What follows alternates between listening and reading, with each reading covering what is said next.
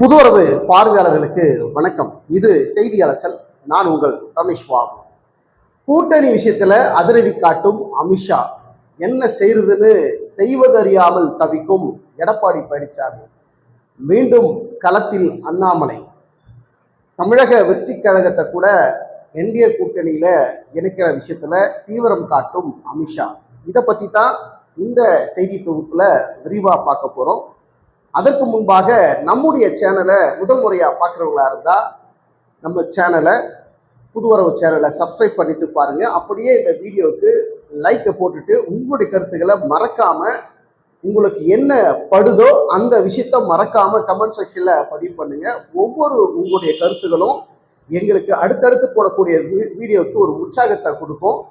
உங்களுக்கு என்ன தோணுதோ அந்த வீடியோ பார்க்கின்ற போது, என்ன மனநிலையில நீங்க அந்த வீடியோ பார்க்குறீங்களோ, என்ன உங்களுக்கு அது புரியுதோ அந்த அடிப்படையில் உங்க கருத்துக்களை தாராளமா பதிவு பண்ணுங்க. அமித்ஷா அவர்கள் திட்டவட்டமா ஒரு பிளானை வச்சுட்டு இருக்கிறார். கூட்டணி ஆட்சி தான் 2026 சட்டமன்ற தேர்தலில் கூட்டணி ஆட்சி தான் அமையும், பாஜக அதிமுக அமோக வெற்றி பெற்று ஆட்சியை பிடிப்போம் அப்படின்னு திட்டவட்டமா சொல்லக்கூடிய அமித்ஷா, ஒரு ஆங்கில நாளிதழுக்கு, அதாவது இந்த இந்தியன் எக்ஸ்பிரஸ் ஆங்கில நாளிதழுக்கு அமித்ஷா அவர்கள் ஒரு பேட்டி கொடுத்திருக்கிறார். அந்த பேட்டியில திட்டவட்டமா ஒரு விஷயத்த சொல்றார். கூட்டணி ஆட்சி தான், கூட்டணி ஆட்சி அமைகின்ற போது ஆட்சியிலும் பாஜக அங்கம் வகிக்கும் அப்படிங்கிறத ரொம்ப தெளிவா திட்டவட்டமா அவருடைய போக்கஸ் முன்வைக்கிறார். இந்த விஷயம் எடப்பாடி பழனிசாமிக்கு ஒரு இடியை இறக்கக்கூடிய விஷயம்தான். ஏன்னா எடப்பாடி பழனிசாமி என்ன நினைக்கிறார் அப்படின்னா, எங்களுடைய தலைமையில தான் கூட்டணி இருக்கு, எடப்பாடி பழனிசாமி ஆகிய நான் தான் முதல்வர் வேட்பாளராக இருக்க போறேன், 2026 சட்டமன்ற தேர்தலில் என்டிஏ கூட்டணி அமோக வெற்றி பெற்று நான் முதல்வராக அந்த நாற்காலியில அமரணும் அப்படிங்கிறது தான் எடப்பாடி பழனிசாமியுடைய மிகப்பெரிய ஒரு கனவு, ஆசை. இந்த ஒரு அதிகாரத்திற்கு வரணும் அப்படிங்கிறதுனால தான் எடப்பாடி பழனிசாமி எவ்வளவு எக்ஸ்ட்ரீம் லெவல்ல போய் இறங்கி அடிக்கணுமோ அவ்வளவும் இறங்கி அடிக்கக்கூடிய துணிச்சலும் அந்த தைரியமும் விடாப்பிடியா எடப்பாடி பழனிசாமி செஞ்சுக்கிட்டே இருக்கிறார். ஆனால் இதற்கெல்லாம் ஒட்டுமொத்தமாக ஒரு ஆப்பு வைக்கிற வகையில அமித்ஷா அவர்களுடைய அந்த அரசியல் நகர்வுகள், கூட்டணி நகர்வுகள் அப்படிங்கிறது ஒரு எடப்பாடி பழனிசாமிக்கு ஒரு நெருக்கடியையும் ஒரு சிக்கலையும் ஏற்படுத்தக்கூடிய வகையில இருக்கிறத நம்மளால பார்க்க முடிகிறது. கோயம்புத்தூர் மாவட்டம் மேட்டுப்பாளையத்திலிருந்து அவருடைய சுற்றுப்பயணத்தை தொடங்கிய எடப்பாடி பழனிசாமி விழுப்புரம் உள்ளிட்ட இடங்கள்ல தேர்தல் பிரச்சாரம் அப்படின்றதான் சொல்லணும். இல்லை, ஏன்னா சுற்றுப்பயணங்கிறது எதற்காக? 2026 சட்டமன்ற தேர்தலுக்கான மக்களை நேரில் சந்தித்து என்ன கள நிலவரம் அப்படிங்கிறது தெரிந்து கொள்வதற்காக எடப்பாடி பழனிசாமி முதற்கட்டமா சுற்றுப்பயணம் போறார். தேர்தலுக்கு இன்னும் 8 மாதம் இருக்கு. இதற்குள்ளவே தேர்தல் சுற்றுப்பயணம், இதுக்குள்ளவேவா தேர்தல் பரப்புரை. மக்கள் என்ன ஆகுறது? அவங்கவுங்க வேலைக்கு போகணும், அவங்கவுங்க பல சொந்த பிரச்சனை, சோக பிரச்சனை, குடும்ப பிரச்சனைக்காக நிறைய மக்கள் அவதிப்பட்டு வெளியில போயிட்டு வந்திருக்கிறாங்க. இந்த சூழல்ல ஒரு சுற்றுப்பயணங்கிறது தேவையா அப்படிங்கிற அளவுல மக்கள் மத்தியில் ஒரு மிகப்பெரிய ஒரு குமுறல் இருக்குது. மக்களை காப்போம், தமிழகத்தை மீட்போம் அப்படின்னு அதிமுக பொதுச் செயலாளர் அவருடைய சுற்றுப்பயணம். ஓரணியில் தமிழகம், உங்களுடன் ஸ்டாலின் அப்படின்னு திமுக ஒரு பக்கம் அவர்களுடைய தேர்தல் கள நிலவரம். மக்கள் யாருக்காக ஆதரவு அளிப்பார்கள், எந்த கூட்டணியை ஆட்சி கட்டளையில் அமர்த்த போகிறார்கள் அப்படிங்கிறது மிகப்பெரிய ஒரு எதிர்பார்ப்பை ஏற்படுத்தியிருக்கு. முன்னாள் முதல்வர் ஜெயலலிதா அவர்கள் இருந்தபோது எந்த காலத்திலையும் பாஜகவுடன் கூட்டணி கிடையாதுங்க அப்படின்னு திட்டவட்டமா சொல்லிட்டு இருந்த முன்னாள் முதல்வர் ஜெயலலிதா அவர்களுடைய பேச்சை உடைத்து இன்றைக்கு எவ்வளவு இறங்கி போகணுமோ அவ்வளவும் இறங்கி இன்னைக்கு எடப்பாடி பழனிசாமி பாஜகவுடன் கூட்டணி வச்சுட்டாரு அப்படின்னு நான் சொல்லலைங்க. அதிமுகனுடைய தொண்டர்கள், நிர்வாகிகள், சில முக்கியஸ்தர்கள் எல்லாம் அவருடைய மனக்குமுறல்கள் இருக்கத்தான் செய்கிறது. வேறு வழி இல்லை, எடப்பாடி பழனிசாமிக்கு வேறு வழி இல்லை. சென்ற ஆட்சியில சில முக்கிய அமைச்சர்களாக இருந்தவர்கள் மீது, அதிமுகனுடைய முன்னாள் அமைச்சர்கள் மீது சில வழக்கு குற்றச்சாட்டுகள் இருக்கு.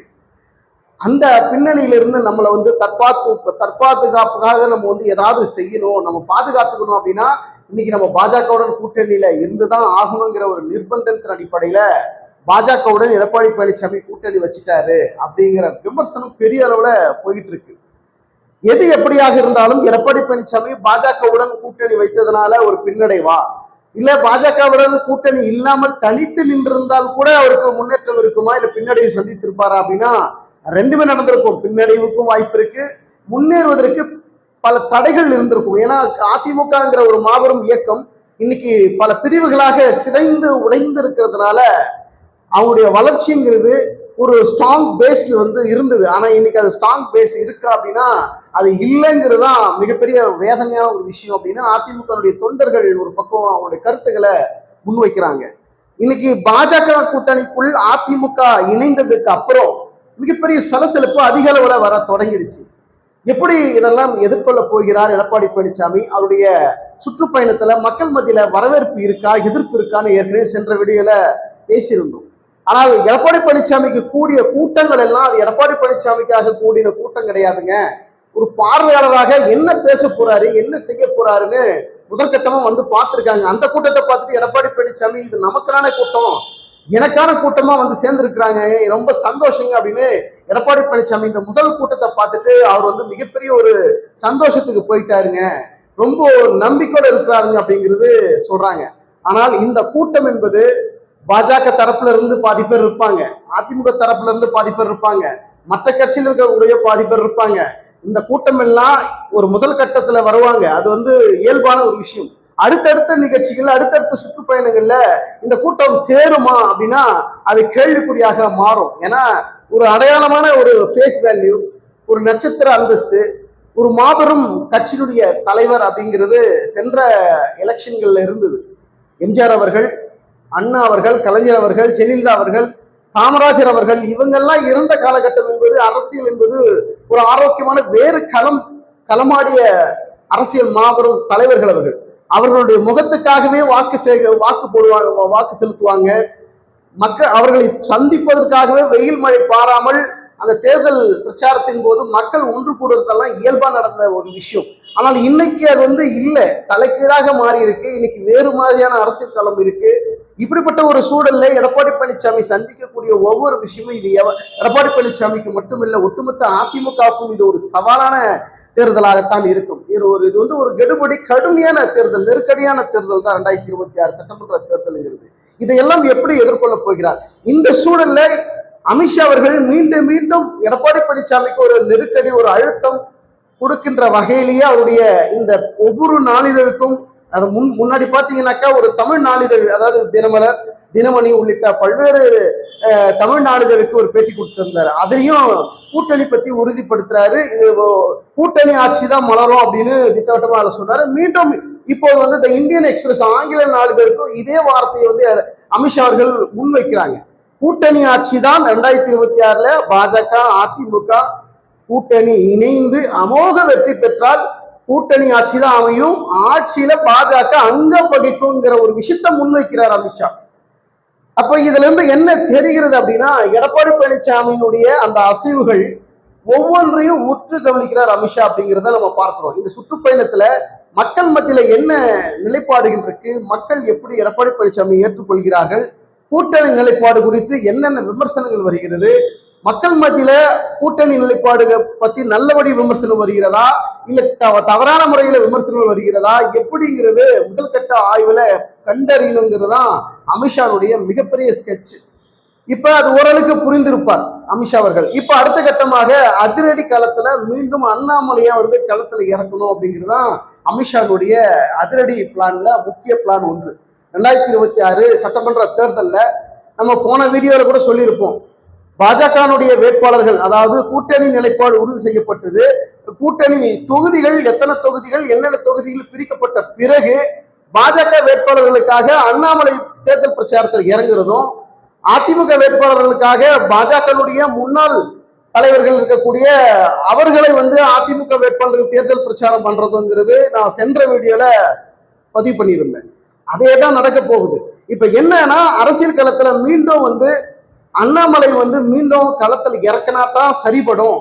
இன்னைக்கு எடப்பாடி பழனிசாமி சுற்றுப்பயணம் போகின்ற போது மக்கள் மத்தியில பெரிய அளவுல ஒரு வரவேற்பு இல்லை, ஒரு சுணக்கமான ஒரு சூழல், அமைதியான ஒரு சூழல், ஒரு எழுச்சி இல்லாத ஒரு சூழல் இருக்கிறதுனால நம்ம அண்ணாமலையை களத்தில் இறக்கலாம். அவர் என்ன மாநில தலைவராக பொறுப்புல இல்லை, அவ்வளவுதானே, நம்ம கூட இருக்கிறாரு இல்ல, கட்சியில தானே இருக்கிறாரு, நம்ம சொன்னா செய்வார் இல்ல, ரைட் ஓகே அண்ணாமலை களத்தில் இறக்குங்க அப்படின்னு திட்டவட்டமாக பிளான் போடக்கூடிய அமித்ஷா விரைவில் அண்ணாமலையை களத்தில் இறக்கி தேர்தல் பிரச்சாரம் சுற்றுப்பயணம் இப்படின்னு ஒரு ஒரு பெரிய அளவுல தாக்கத்தை ஏற்படுத்தக்கூடிய வகையில ஒரு திட்டம் தீட்டக்கூடிய பாஜகனுடைய டெல்லி தலைமை, குறிப்பா அமித்ஷானுடைய இந்த திட்டம். ஆனா அண்ணாமலைக்கு ஒரு பெரிய ஒரு நல்ல பழக்கம் இருக்கு. என்னன்னா, நம்மளை நம்பிய இளைஞர்கள், நமக்காக ஆதரவு இருக்கக்கூடிய இளைஞர்கள், நம்மளுடைய பேச்சை, அரசியல் ஒவ்வொரு நடவடிக்கையும் ஒற்று கவனிக்கக்கூடிய இளைஞர்கள், பொதுமக்களுக்கு நம்ம ஏதாவது ஒரு நல்ல விஷயம் செய்யணும், அவர்களை நம்ம ஏமாற்றக்கூடாது, வழக்கம் போல் இருக்கக்கூடிய எந்த விஷயத்தையும் நம்ம செய்யக்கூடாதுங்க, அவர்கள் நம்ம மீது வச்சிருக்கக்கூடிய ஒரு நம்பிக்கையில நம்ம ஏதாவது ஒரு நல்ல விஷயம் செய்தே ஆக வேண்டும், அரசியல் களத்துல ஒரு புரட்சியை ஏற்படுத்த வேண்டும். பாஜகவில் நம்ம ஒரு தொண்டனாக இருந்தாலும் கூட நிச்சயமாக நம்மளை நம்பி வரக்கூடிய இளைஞர்களுக்கு நம்ம ஏதாவது ஒரு நல்ல விஷயம் செய்யணுங்கிறது அண்ணாமலுடைய ஒரு மிகப்பெரிய பிளானுங்கிறது நமக்கு புரியுது. ஏன்னா அவருடைய ஒவ்வொரு அரசியல் நடவடிக்கையும் நம்ம உற்று கவனிக்கிறோம். அந்த உற்று கவனிக்கக்கூடிய அந்த அரசியல் விஷயத்துல அண்ணாமலையினுடைய ஒவ்வொரு மற்ற தலைவர்களும் பாருங்க, அண்ணாமலையுடைய நடவடிக்கைகள் பாருங்க, அவர் வயதுல மற்ற அரசியல் கட்சி தலைவர்கள் விட இவர் வயதில் சிறியவராக இருந்தாலும் அரசியலில் தேர்ச்சி பெற்ற மிகப்பெரிய வயது, அதாவது ஒரு 50-60 வயதுல என்ன தேர்ச்சி அரசியல் கிடைக்குமோ அதை விட இந்த வயதிலேயே தேர்ச்சி பெற்று இருக்கிறார் அண்ணாமலை அப்படிங்கிறது நான் மட்டும் சொல்லலைங்க. ஒட்டுமொத்தமான அவரை விரும்புகிற, அவரை ஏற்றுக்கொண்டிருக்கக்கூடிய, அவருடைய அரசியலை பின்பற்றக்கூடிய ஆதரவாளர்கள் மட்டுமில்ல, மாற்று கட்சியில் இருக்கக்கூடிய தலைவர்களும் ஏற்றுக்கொள்ளக்கூடிய ஒரு விஷயமாகத்தான் நாம் இதை பார்க்க வேண்டும். இப்ப 2026 சட்டமன்ற தேர்தலில் பாஜக என்டிஏ கூட்டணி ஆட்சியை அமைக்கும் அப்படின்னு திட்டவட்டமா சொல்லக்கூடிய அமித்ஷா எடப்பாடி பழனிசாமிக்கு எங்க வைக்க போறாரு? எடப்பாடி பழனிசாமி முதல்வர் வேட்பாளர்னு இப்ப வரைக்கும் பேசிட்டு இருக்காங்க. அந்த முதல்வர் வேட்பாளர் கனவுங்கிறது தகர்த்து போகுமா, இல்ல வேற ஒரு முக்கிய புள்ளி முதல்வர் வேட்பாளருங்கிற இடத்துக்கு வருவதற்கு வாய்ப்புகள் இருக்கா? இல்ல எடப்பாடி பழனிசாமியை நிக்க வைக்கணும், அவர் தான் முதல்வர் வேட்பாளர், இருந்தாலும் ஆட்சி பிடிக்கிற வரைக்கும், ஆட்சி வந்த பிறகு, ஜெயிச்சிட்ட பிறகு, என்டிஏ கூட்டணி ஜெயிச்சிட்ட பிறகு அது கள நிலவரம் மாறுவதற்கும் வாய்ப்பு இருக்கு அப்படிங்கிறதான் நம்மளால பார்க்க முடிகிறது. என்ன நடக்கும் அப்படிங்கிறது 2026 சட்டமன்ற தேர்தலுங்கிறது மிகப்பெரிய நெருக்கடியான தேர்தல். இந்த தேர்தலுங்கிறது அனைத்து கூட்டணி கட்சிகளுக்கும் இது சவாலான தேர்தல் தான். இப்படி இருக்கின்ற பட்சத்தில் திமுகவுடைய எதிர்ப்பு வாக்குகள் யார் எந்த கூட்டணிக்கு போகும் அப்படிங்கிறது, ஏன்னா மக்கள் மத்தியில் ஒரு சலசலப்பு இருக்கு. என்ன சலசலப்பு இருக்கு அப்படின்னா, திமுக ரொம்ப பலமுறை ஆட்சி செஞ்சுட்டாங்க, அதிமுக பலமுறை ஆட்சி செஞ்சுட்டாங்க, நம்ம ஒரு மாற்று விஷயத்தை ஏற்பாடு பண்ணணுங்க அப்படின்னு மக்கள் மத்தியில நிச்சயமாக இந்த கருத்து நிலவுகிறது. நம்ம ஏதோ ஒரு கட்சிக்காக ஆதரவாகவோ, நம்ம கட்சி பின்புலம் சார்ந்து ஒரு விஷயத்தை நம்ம முன்வைக்கல. ஒரு ஆசிய பத்திரிகையாளனாக என்ன அரசியல் கள நிலவரம் இருக்கு, மக்கள் மத்தியில என்ன அரசியல் நிலைப்பாட எதிர்பார்க்கிறாங்க, எந்த ஆட்சி வரணும், யார் முதல்வராக வந்தாக்கா மக்களுக்கு நன்மை நடக்கும் அப்படிங்கிற மக்கள் இன்னைக்கு அதிக அளவில் யோசிக்கிறாங்க, எதிர்பார்க்கிறாங்க. அந்த விஷயம் நடக்கக்கூடிய வகையில இருந்தா நல்லது அப்படின்னு மக்கள் எதிர்பார்க்கக்கூடிய அந்த கருத்தை தான் நம்ம முன்வைக்கிறோம். 2026 சட்டமன்ற தேர்தலை பொறுத்த வரைக்கும் எந்த கட்சி எந்த கூட்டணி ஆட்சி அமைத்தாலும் அது மக்களுக்கான ஆட்சியாகவும் மக்கள் நலனுக்கான ஆட்சியாகவும் இருந்தால் நிச்சயமாக மக்கள் அதை வரவேற்பார்கள். இதுதான் அரசியல் கள நிலவரம். பொறுத்திருந்து பார்க்கலாம். 2026 சட்டமன்ற தேர்தலில் அதிமுக பாஜக அமோக வெற்றி பெறும், ஆட்சியை பிடிப்போம் அப்படின்னு அமித்ஷா அவர்கள் திட்டவட்டமா சொல்றாரு. குறிப்பா ஆட்சியில பாஜக அங்கம் வகிக்குங்கிறதையும் அடிகோலிட்டு அமித்ஷா சொல்லக்கூடிய அந்த வார்த்தையின் பின்புலம் என்ன, அவர் சொல்லக்கூடிய அந்த ரகசிய அரசியல் நிலைப்பாடு என்ன அப்படிங்கிறது நம்ம போக போக புரிந்து கொள்ளக்கூடிய ஒரு விஷயம் வரும். அதாவது தேர்தல் நடப்பதற்கு ஒரு 3 மாதத்திற்கு முன்பு அந்த அரசியல் கள நிலவரம், கூட்டணி கள நிலவரம் அடியோடு மாறக்கூடிய வாய்ப்பு இருக்கு. தமிழக வெற்றி கழகம் விஜய் அவர்களை அரசியல் கூட்டணிக்குள்ள, அதாவது பாஜக என்டிஏ கூட்டணிக்குள்ள கொண்டு வருவதற்கு அமித்ஷா அவர்கள் கடுமையான முயற்சி மேற்கொள்றாரு. நிச்சயமாக அந்த மாற்றம் இருக்கும். தற்போது அரசியல் கள நிலவரத்தின் பொறுத்து பாத்தீங்கன்னா 4 முனை போட்டிங்கிறது நிலவுது. ஆனால் அது 3 முனை போட்டியாக மாறுங்கிறது நம்மளுடைய கருத்தாக இருக்கிறது. பொறுத்திருந்து பார்க்கலாம். உங்களுடைய கருத்துக்களை கமெண்ட் செக்ஷன்ல பதிவு பண்ணுங்க. உங்களுடைய அன்புக்கும் ஆதரவுக்கும் மிக்க நன்றி. நம்முடைய சேனலை சப்ஸ்கிரைப் பண்ணிட்டு பாருங்க. அப்படியே இந்த வீடியோக்கு ஒரு லைக்கை போட்டுட்டு உங்களுடைய கருத்துக்களை மறக்காம கமெண்ட் செக்ஷன்ல பதிவு பண்ணுங்க. மீண்டும் அடுத்த ஒரு வீடியோவில் சந்திப்போம். நன்றி, வணக்கம்.